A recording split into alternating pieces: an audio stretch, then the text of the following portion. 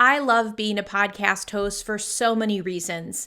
Not only do I get to connect and share with you, but I also have this amazing opportunity to meet inspiring women entrepreneurs who are blazing a trail, who are supporting their clients, and who are spreading a positive ripple effect of courage and vulnerability and just showing that it can be done because they are out there spearheading it.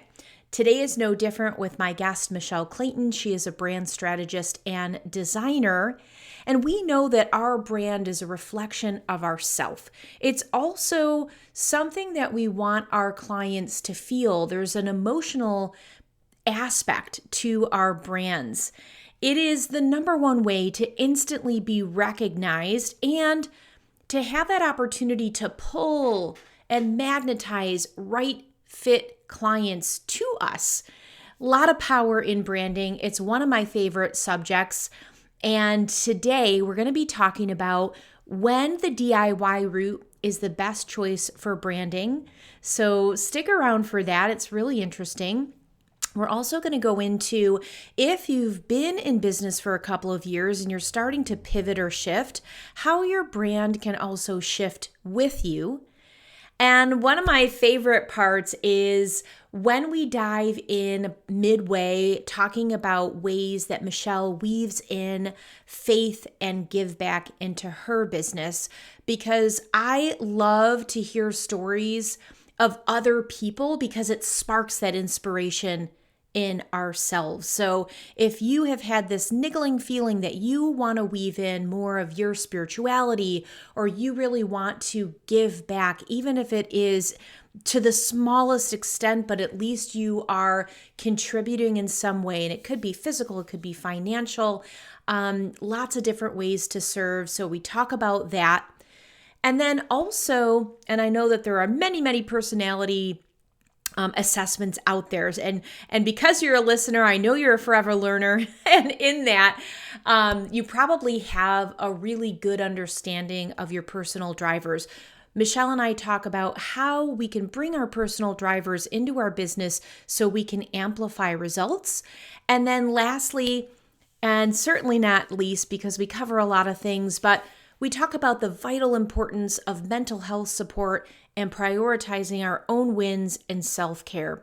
I know you are going to enjoy this episode, so brew your favorite beverage, sit back, and just get ready to have an enjoyable experience. Are you ready to scale your business in a way that's aligned with your soul and profitable? I'm Casey Rossi, a business and leadership coach. I've been a full-time entrepreneur for 30 years and love business. I help conscious leaders increase their impact and optimize their lives. Join me each week for tips and deep conversations on cultivating confidence, increasing your visibility, elevating your vibration, and leading with purpose without burning out. Let's go. Hi, Michelle. Welcome to the show. Hi, Casey. So great to be with you today. It's always great to spend time with you. I'm excited for our conversation.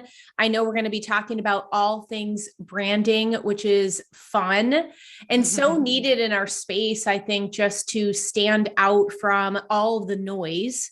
And so I'm really curious from your perspective, how does branding help to attract our ideal clients? Yeah, that's a great question to start with.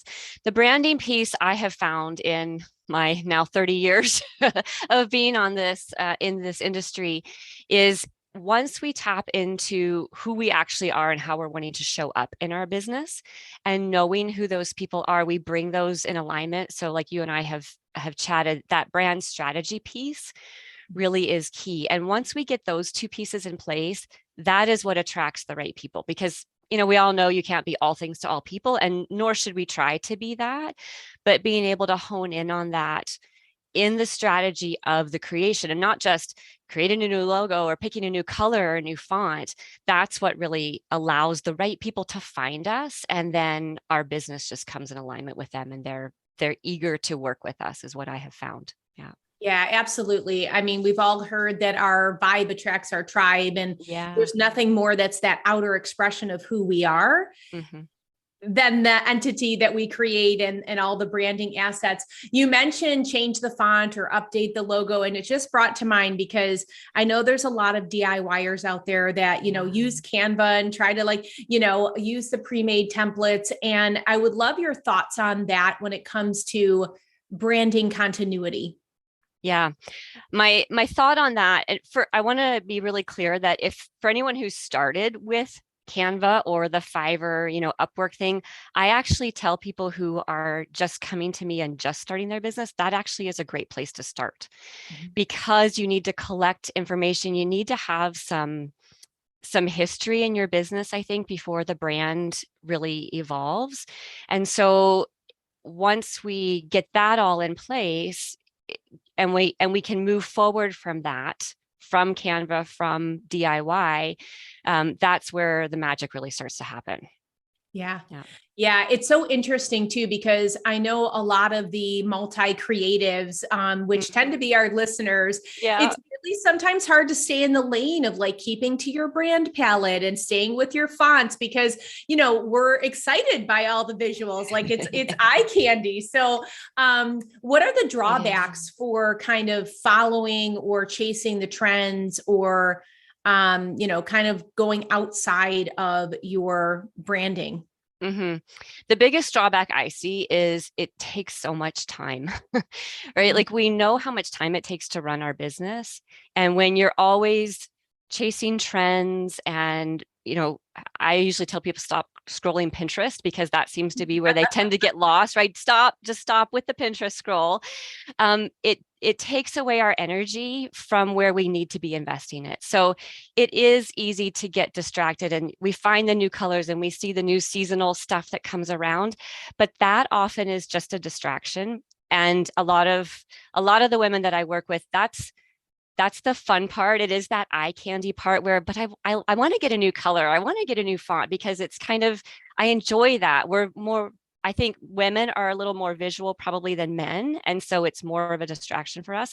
But if it's pulling you away from actually running your business and working with your people, then enjoy it for the other people. Like follow the trends and scroll Pinterest, but not in a way where you feel like you have to do something about your own brand.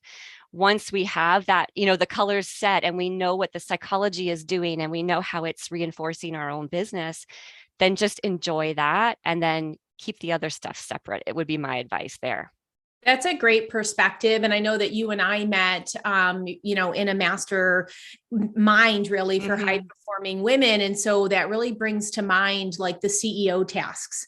Are you Yes. falling prey to those creative avoidance, low dollar per hour, Yeah. distractions, or are you staying in the lane of what's going to move the needle in my business? Where is my worth or my skill sets, where can they be amplified? And that really is more in that CEO lane once you've got that branding dialed in. And I think the other drawback too, when I think of all of the noise and all of the clutter and all of the millions of websites that are out there every single day, why would you want to popcorn Yeah. your identity? Because you will get lost in that sea. Then people Yeah. will you'll just be one of the crowd. And I think that that's one of the things to keep in mind, even though sometimes we may feel like, oh, I'm starting to get a little bored of my look, or oh, I really love that cool calligraphy handwriting, even though it has nothing to do with my brand font. But I do think that it is an opportunity to lose our audience or to confuse them, because you really want to imprint that that's Michelle, that's let her fly. And then I feel comfortable because I feel like I'm in your home. Like when I come onto your website, I'm stepping into your home. I understand like these are your drapes and your carpet and your, like your artwork. And it feels comfortable for me, and to some extent predictable. So I think that that's something really interesting to look at. Timing is so crucial. I know you mentioned that if someone's brand new, maybe a different avenue is good for them. When is the right time to brand, and when is the right time to rebrand? Hmm. That's a great question. And the answer kind of is it depends. In general, if you want a general guideline, I tell people 2 to 3 years. I have found with a lot of businesses that kind of is the sweet spot where you have, enough time under your belt of working one-on-one with clients, if that is your business, or, being in whatever industry you're in. And you've got the client knowledge, you've got better knowledge of yourself, because a lot of us we might shift in that first couple of years of, I thought I wanted to do this. I find it a lot with coaches, right? They can coach in a specific avenue, and then they kind of pivot that a little and they get more specific or more niche. And 2 to 3 years seems to be the sweet spot for kind of going, okay, now I know where I really want to dial in and who I really want to work with, and they can get really specific.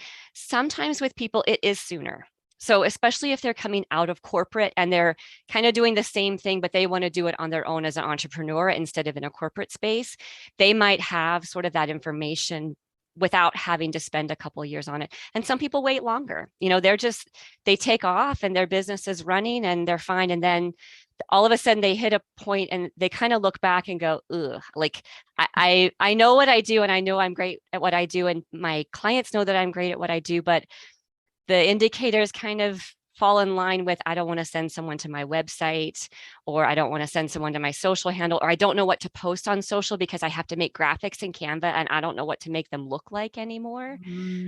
Those are often the indicators of, it doesn't feel like me, it doesn't fit me.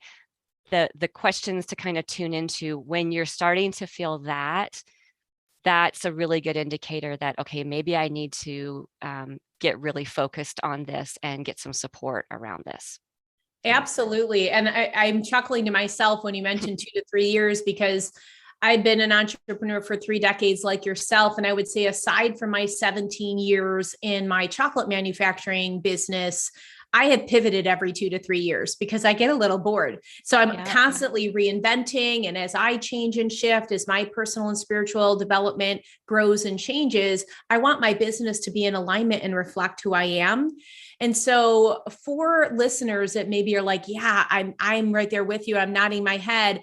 How do we keep our brand relevant when we are like revising and tweaking and shifting, and not like a massive pivot, but little tweaks? Mm-hmm. Little tweaks, I would say, as long as there's enough of the existing content to sort of carry them forward. Like you gave a great analogy with coming into my house or my living room and knowing what it looks like. It doesn't mean that I can't get different candles or change the drapes, but there's enough comfort in what was there before. I think that goes a long way for helping kind of take people along the journey of, okay, Casey's shifting her brand. It's not a total redo, but we're just going to update some things, or we're going to bring in a new font, or we're going to bring in a new color into our color palette. Those things are easy kind of adjustments that don't require an entire rebrand, or a lot of businesses are renaming. There's the debate of, do I use my own name or do I use a business name, right? And that's a big shift. And how do we we want to bring people along and keep that comfort level, I think. Yeah. That is a big shift. That is a question that I get. So what are your thoughts on that, between using your name and going more for an organizational name? Am I allowed to be controversial in answering that question? Do it. I know people have lots of different opinions on it, so I can only give my opinion on it, which you would guess from my business name probably. I prefer that the business name not be a person's name, for the reason of, your name actually is the first point of your brand. So whereas Let Her Fly, it doesn't say, I'm a designer or I'm a brand specialist or anything like that, but it gives someone a taste of how they're going to feel after they work with me, right? So when you can pull that into your business name, that can actually kind of give your brand legs before they even hit a website or a business card or your social media handles. It gives people a feeling of, oh, I really like that, or I'm drawn to that. But for people who are, like you were saying, if they're multi-passionate and they're changing every 2 or 3 years, then sometimes keeping your own name really does help, because changing a business name and finding a new URL and all that would be a nightmare to do every 2 or 3 years. It's a hassle. Just technically, it's a hassle to do it. So keeping your own name, there certainly is reason for it there. But if you can get away with a business name, that's usually the direction I try to push people in. Yeah. But if that is, I would add too, if that's holding you back, if that's keeping you from doing everything because you're like, I just can't decide on a business name and everything is taken, because that's a problem that people run into now. You can't even get a URL, right? Without paying $10,000 for someone who has parked it. Then you can go with your name. Like, you need to do something so that you can move forward. And if that's holding you back, that shouldn't be the thing holding you back. That makes sense. And speaking of holding you back, and then also like, as soon as you said let her fly, I just immediately felt this emotion evoked of like hope. And so when you're thinking about those two things, what emotional things hold back women entrepreneurs when it comes to soaring? Comparison, I think, would be the big one. You see all the other, you do scroll Pinterest. We're on Instagram and we're on social, and you're like, I don't look as professional as they do, or I know that I'm good at what I do, but that doesn't come across in what I'm doing. Some of it is just lack of time. Like, they don't feel like they have the time to rebrand or to do their own branding or to do it to the level that they want to do it. And some of it is just not really being clear on who they are. And the interesting thing is, when I work with them and I ask them some really specific questions, they give me all kinds of great information. Like, they do actually know. It's just a matter of pulling that out and then kind of distilling that content into, no, this is how you show up for people. This is what you're known for. This is what people love about you. And they're like, oh yeah, that's right. That is why I love doing this. This is why my people love me. And so being able to pull those things out, sometimes it takes a third party or an outside party to be able to see that for people. They know it, it's in here, they've got it inside them, but it takes a third party to sort of reflection is so pinpoint. powerful.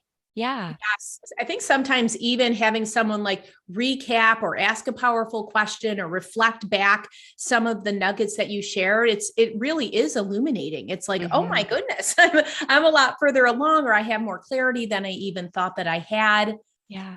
One of the things, every time we have an interaction, I just feel this essence of faith with you. And I'm just wondering like how that resonates, and like, if it resonates, like how you weave that in your life and your business.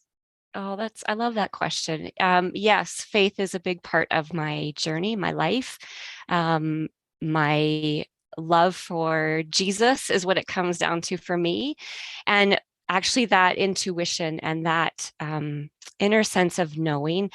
I've had people ask me, how do you do this process with people? And I'm like, there are these decades of experience and there are certain steps that we follow, but a lot of it really is intuitive and listening to people.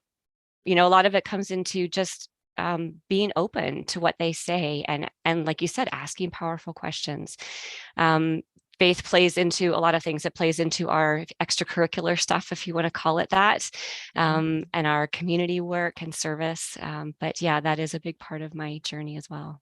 I love that. And I know that you have Give Back baked in. And so I would love to hear a little bit about that mission with the Ethiopian women, and how you came about even choosing that, because I think there are a lot of listeners that are like, I want to have Give Back, but I have no clue like where I would put my time, energy, financial support towards, because there are so many opportunities really to share. There's no shortage of places where you can give, and it doesn't have to be financial. For us, it's both. There's a financial contribution, but there's also community involvement. For me, with Alilta, that's the Ethiopian organization that you referenced to, we know the founders of that organization. And that is a charitable entity in Ethiopia. Prostitution is a huge problem over there because the poverty is such a huge problem there. And so the woman who started the organization, I've lost track. I don't even know how many years it's been. I want to say 20 years ago now. It's been around for a long time. Because I support women in business, I wanted the organization that I support also to do that. And that is what they do. So they help women get off the street, and they give them skills, job skills, employment skills, emotional and social skills, and healing. And so that was just an easy way for me to every client I have, there's a give back that goes to support them. And every now and then I'm like, should I change it? Because there are so many places to give it. But that has just always resonated with me. And I know they do good work, and I know that they're accountable. I prefer the smaller organizations personally because you have, there's not so much overhead, not so much admin cost. And you know that a lot of that financial gift really is going to directly to the people that they're trying to help. So that was a big factor to me. But there's point. No, like, you just start looking, like, find a cause that you're passionate about that aligns with your business or yourself, and do some digging, and go to meetings. Like, I've heard her speak, the owner speak, many, many times. And, just hearing her talk, it's just like, yeah, how can I get involved? Again, it goes right back to that gut instinct, and then just that intuition of like, what's in alignment for me? Who do I resonate with? Who do I want to pair up with my brand? Because like, there's all of those ripple effects. So I think that's absolutely amazing. I'm curious what your key personal drivers are and how they show up in your business. My two key personal drivers would be connection and generosity, or sometimes I call it abundance, depending on how I'm feeling that day. But connection is just huge for me, not just in business, but in everything. And that's part of how we got together here as well. How we support each other, and how we speak into each other's lives, and with even just networking. And I love being able to send warm intro emails to other businesses. Like, you hear, oh, Casey needs this, or Casey needs that. And I'm like, oh, hey, I know someone that does that. Hey, Casey, here's so-and-so, and you send, and it doesn't take much time, and it doesn't take much energy. It just takes being thoughtful enough to have those connection points.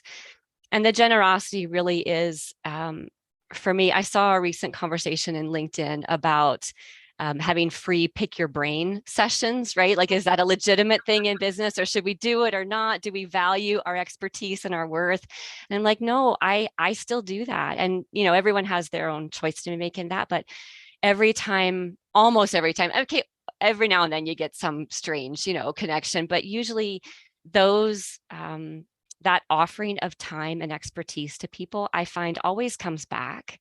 Whether it's someone else they know, or just that they're always like, no, you need to meet Michelle, or you need to talk to her because she's really great at this. It's always worth it. And that's not why I do it, but it does come back to you. And so I'm like, why wouldn't we bake that into our businesses and our lives? Absolutely. I mean, it's really the law of reciprocity. And it's really interesting. I feel like this is such a good point to underscore, because in the kind of business world, we're taught like, when you're first starting out, that's when you should like give away your best stuff and do those connection calls and those coffee chats. And this is kind of your networking 101, if you will. But then I feel like as people start to progress in their business, as they start to get more revenue in their business, now all of a sudden, what comes to mind is Marie Forleo, when she's like, you need to jump on the no train, and you need to have more boundaries, and, you need to kind of close those gates of those brain picking sessions. But honestly, I really agree and align with your methodology, because you can never replace this human connection. And even 3 decades in, and you're saying like, this is not only a joy for you, but you always also get a return on your time investment. So I think it's a really interesting thing. And I also feel like, again, it goes back to what works for you, like what lights you up. And like you mentioned, you're a connector. So in that, having those Zoom sessions, even post-pandemic or through that time when we weren't able to meet face to face, we could still do these virtual connect meetings. It's great to have that as a part of your business foundation versus trying to follow someone else's framework of like the do list and the don't list. Yeah, for sure. For sure. And now it's fun being able to get back in person with some people too. People who are local, that's been happening more and more. Now I find myself weighing, it takes a lot more time to go in person and have coffee with someone. It's like, there are boundaries that should be in place, right? And I can't spend all day, every day having coffee chats with people, as much as I would love to do that. That's not what I get paid to do. So there is a balance in knowing, how much space do you have to give to people, but where there is space, I want to be able to give that to people because I had that come to me when I was starting, right? People invested that time and their expertise. And so now, yeah, like you said, 30 years later, people come to us for advice or input or resources. And I want to be able to kind of give that back too. I love that. So I know that you're a wife and a mama and a pet Mhm. owner and an entrepreneur and someone that gives back with charity. How do you juggle it all? Oh, I don't know if I juggle it all very well. There was a recent conversation too about balance and this work-life balance. Marcus Buckingham has a great perspective on that if you're curious. I don't know. And to be honest, I don't juggle it all well some days. I certainly do the best I can. And I think it's more of a, at this point, it's more of, more family. At this point, it's more work. At this point, it's more like, we're helping an Afghan family resettle here in Calgary right now. And that's been a huge investment of time and energy. And I love it. And it's exhausting, right? And so there is give and take there. And part of it is trying to take care of myself. Um, taking time off when I need to, stepping back, getting sleep, drinking water, eating lunch. As simple as that sounds, it's really easy to sit at my desk and work all the way through the day. And it's 3 o'clock and I'm like, why am I cranky? Oh, I didn't eat, since breakfast. And so I do want to take care of myself, take care of my spirit and my own emotion and mental health. I see a therapist on a regular basis. Like we have to build that support around us. And then giving where I can and trying to balance, taking the pieces where we can. It's a lot. Absolutely. It's a So lot. crucial. It is a lot. And it's really just, I love that you talked about kind of like some days this has more attention. This bucket has more attention. Some days that bucket has more attention. And I think that gives us permission to drop the super women persona because Yeah. just as when we're branding, we can't be all things to all clients. Because, like it's been said, if we're speaking to everyone, we're speaking to no one. So, really, very similarly, when we have all these facets in our life and all these roles and titles and responsibilities, it's kind of that ebb and flow where it's like, this is Hmm. calling for more demand. So, I'm going to spend more focused time and energy there, but I'm not going to neglect this. And I really think, too, to highlight the self-care piece because I feel, especially as high performing successful women entrepreneurs specifically, that often gets put on the very bottom of the to-do list. I think one of the struggles that I often see my own clients with is just like, how are you celebrating? How are you winning since our last session? You can't believe how many times that stumps them. They're just like, wait, that's not a part of my to-do list. Yeah. Yeah. We forget to do that. Yes, absolutely. So I'm wondering what's one of your top self-care tips? Top self-care tip I would have to say is sleep for me. I have to get enough sleep or I don't function well. I'm cranky. And unfortunately like I can keep it together for clients and for talking to you, right? But it's the people closest to me. It's my family, the ones that I least want to affect in a negative way.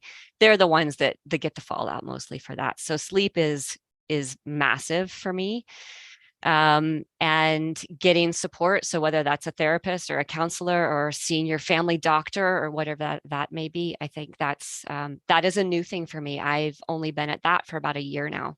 I was late to the game in that for sure. And about this time, where are we at? Yeah, about this time last year. So it's been about a year. I hit that point of I was completely overwhelmed. The anxiety, the stress. I think 2 years post pandemic and trying to juggle all the things really kind of came crashing down. I'm like, I need help. I need support around this. And I've been pretty open about it because I think the more open we are, the more other people will say, okay, this is okay. And it's amazing the conversations that come out of that too, right? Of people thinking, no, I can do this. I'm a high achieving woman. I don't need this. And we do need this. And we need each other. Right. Like there's the paid professionals, but then there's also community like you and I talked the group that we're in.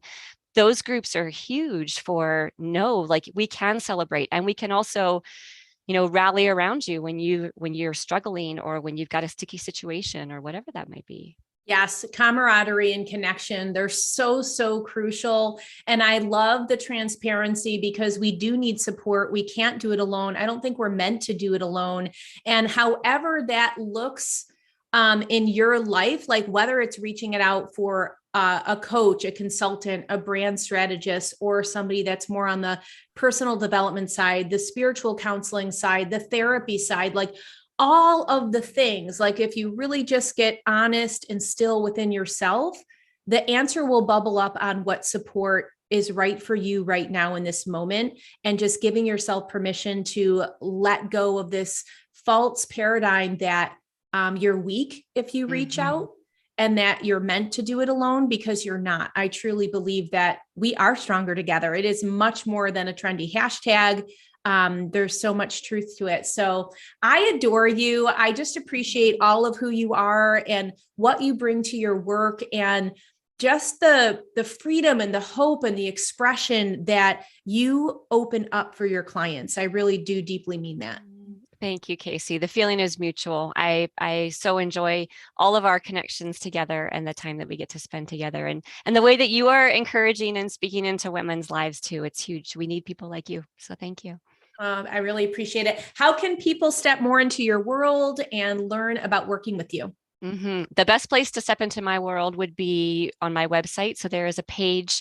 If they go to weletherfly.com/podcast, they can sort of choose their own adventure there. So there's a couple of free downloads. My social media handles are there as well, and a way to contact me directly. That would be the easiest one-point stop for everyone to find me. So weletherfly.com/podcast.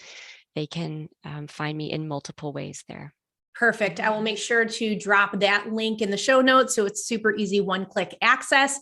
And if you wanted to leave our listeners with one final bright light piece of wisdom, what do you really want them to know? What I want them to know is that the world needs more of what they have. And so whatever it takes for them to share more of what that is for them, take the time to do it. Beautiful. Thank you so much. Until we meet again, my friend, breathe joy. Thank you. You as well. I hope you enjoyed today's episode with Michelle. Also, I wrote an article for her blog called 3 Powerful Ways to Optimize Your Visibility. So if you want to get even deeper into how you get your message out there, you can just click that link in the show notes and enjoy that article. My friend, as we are in Thanksgiving week, I just want to give you so much gratitude for being a listener, for showing up and tuning in. I know there's tons of choices out there that can take your attention. I love that you're here, and I want to send you warm and wonderful wishes for abundance and peace and joy and all of the things that are going to bring a smile to your face. Until next week, my friend, breathe joy.